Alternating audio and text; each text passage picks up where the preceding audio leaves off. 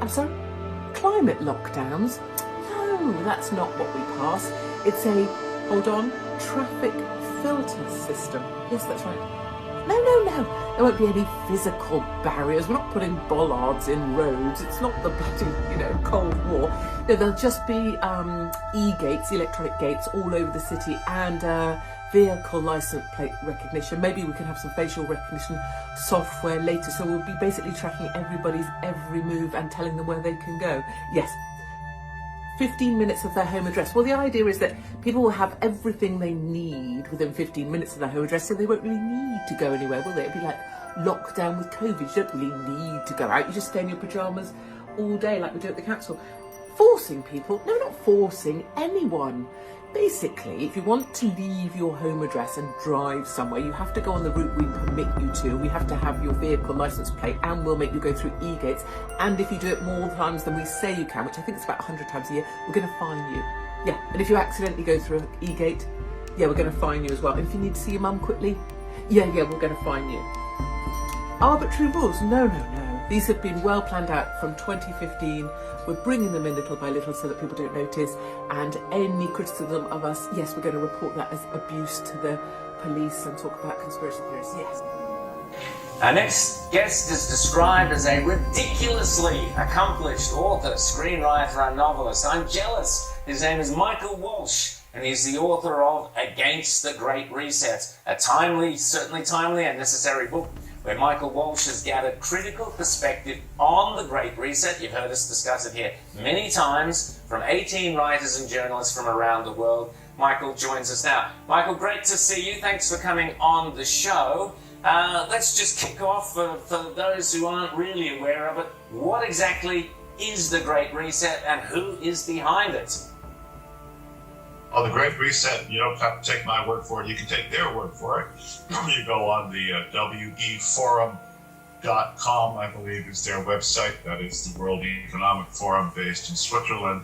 And there you can read all about the Great Reset, which effectively can be summed up in their own phrase. Remember, this is not some crazed right-wing conspiracy theory. We're just quoting them, as the libs of TikTok do, occasionally. It's got them banned on Twitter. We've just quoted them in their own words, which is, you will own nothing and be happy. So if you guys think that's a great idea, sign right on to the Great Reset. But we've come at it from 18 different directions, and we hope we've put a big hole in it right now, and we hope that this book will be widely available across the world. It will be going out to politicians and influential people in all of the Anglophonic countries, that people need to be aware of what exactly this neo-fascist consortium of business leaders and government has in store for us. So who funds the World Economic Forum? Where does their power come from? The media. I mean, that's the short answer. It's been blown up because the media is in love with power, as you guys know from your experience in Australia. I see it here in the States. I'm about to go home to Ireland at the end of the week. I'll see it there as well. I'll see it in Central Europe when I'm in Germany throughout most of January. There has been a movement away from individuality and freedom towards do it because it's good for you or else. And so under Klaus Schwab, is in real life a Bond villain, but in private life is the head of the WEF. Under him, it has become extremely influential. And I lost my tinfoil hat somewhere along the line during the COVID lockdowns, unfortunately. But you can note that King Charles III, or as we like to call him, King Charles of the House of Saxe-Coburg-Gotha, because they changed the name during the war. Don't mention it, please. And the other Germans who currently run Europe, including the Belgian Germans, the German Germans, the English Germans, and everybody else, they are on board with this notion that they know better than you do, and by God, you're going to learn to like it. So if you like that, if there are any Crocodile Dundees left in Australia, now's the time to hear from them, because they are going to force this down your throat. Yeah, well, was it Napoleon, I think, who said, I'd rather have an army of sheep led by a lion than an army of lions led by a sheep. And unfortunately, sheep aren't very good at leading. leadership, but they're great at following. As I know every day in Ireland when I'm driving down the road, suddenly there's an entire flock of sheep in the middle of the street, and then they dutifully follow their shepherd into a nearby pasture. There's a desire to be controlled, to be ordered about, the exchange of safety, of liberty for safety. So with the Great Reset, you have this structure that will be imposed, and has been imposed. COVID was just the warning shot. They mean to make this a permanent thing. And they're going to use the climate to do that. Oh, well, the climate's the next thing. That was the warm-up for the climate. In the Against the Great Reset, we have a lovely essay by John Tierney, formerly of the New York Times, who, James, I think you probably have met at some point. Absolutely. Who takes apart the COVID-19 hysteria and calls it by its name. Now, as you know, we were all banned from saying that, and I just got back on Twitter 3 days ago after being an early bannee. They kicked me off before they kicked off Donald Trump, so I think that's a pretty creditable thing to my account. We've got to face the fact that people aren't going to fight this. They like to be led, and so what George Bush said, the disgraceful George Bush, the second one, the first one was even more disgraceful, but we'll leave that for another time.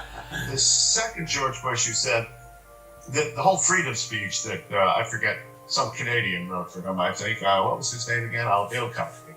That inside the human, everybody desires to be free is not true. Not true. Not true. And history proves it over and over and over and over again. The Brits put Napoleon on Elba, the powers in Europe did. He got out 15 minutes later, landed on France, where he was a wanted man.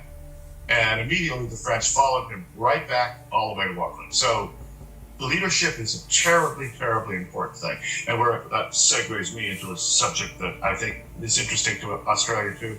We're in a leadership crisis here in the United States. Yep. We're seeing the passage of the baton from Donald Trump to a man I had met at lunch with a couple of years back, who I think is the first real leader I've seen in American politics since Reagan, but in a way much more effective, and that's Ron DeSantis, who will be the nominee of the Republican Party.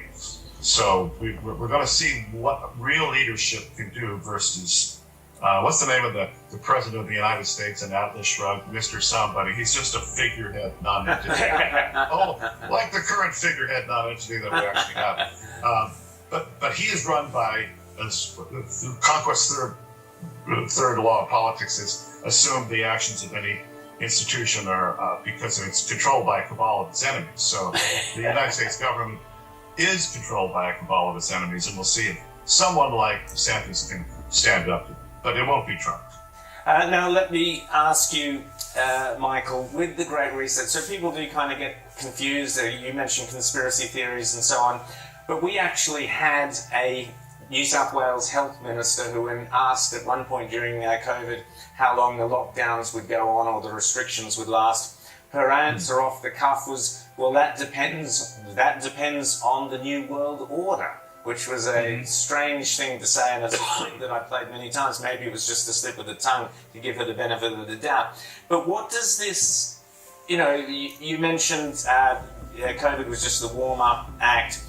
James mentioned earlier in the show the 15-minute Oxfordshire County Council restricting movement to 15-minute cities so that people can only stay within 15 minutes of their home. This is actually policy being implemented in Oxford by a local council in the name of climate change. What can we expect to see, do you think, from what you've read about in the next couple of years?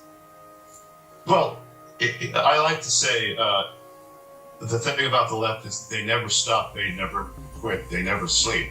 They just continue to push. So COVID was beaten back finally through sheer exhaustion and enervation of the public from being bossed around. But just this afternoon, I went up to my little grocery store here in rural New England, and about half the people were wearing masks again.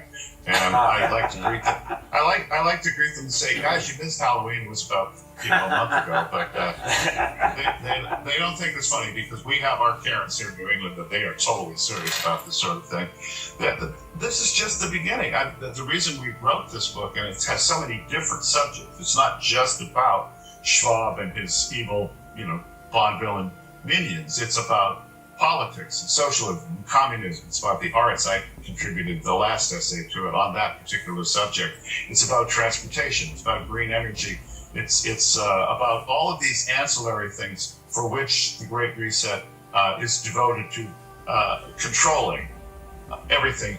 So for cars, electric cars, you must buy an electric car. Great. I'll plug it in. Don't plug it in. We don't have an electric car. Oh, okay.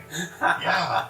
Listen, I'm about to go to Berlin. I spent, as James knows, I spent 6 years there during the Cold War between 85 and 91, during which time I got the front row seat for the fall of the Berlin Wall, which a piece of it is right here in my office. I was in Russia when Chernobyl blew up. I left the Soviet Union 2 weeks before the coup against Gorbachev. I'm having an acid flashback to communism, guys, and let me tell you, it was easier to move around under communism than it is now in what this reset is going to do for you, because they will enforce it in a way that is going to be more effective. The one thing about communist societies, this is a little tip for you kids out there that want to become famous foreign correspondents, they're always bribable. You can always get what you want. With the word in Russian is valuta. If you have valuta, which is American dollars, you could get anything you wanted, and anything could be done. I think under the new form of fascism, that money is not important to Schwab and to the King of England and to numerous other members of the World Economic Forum. And you can see their videos on the WEF website. So That's true. for me, go see it. It's going to be much harder to play in the interstices there. So I'll see you. I'll be in my farm in Ireland, nice and quiet, peaceful, no visible neighbors. Sayonara, but the rest of them be in trouble. Oh, fantastic. Michael Walsh, brilliant to have you on the show here on Outsiders. Thanks so much for your book, Against the Great Reset. Must read for...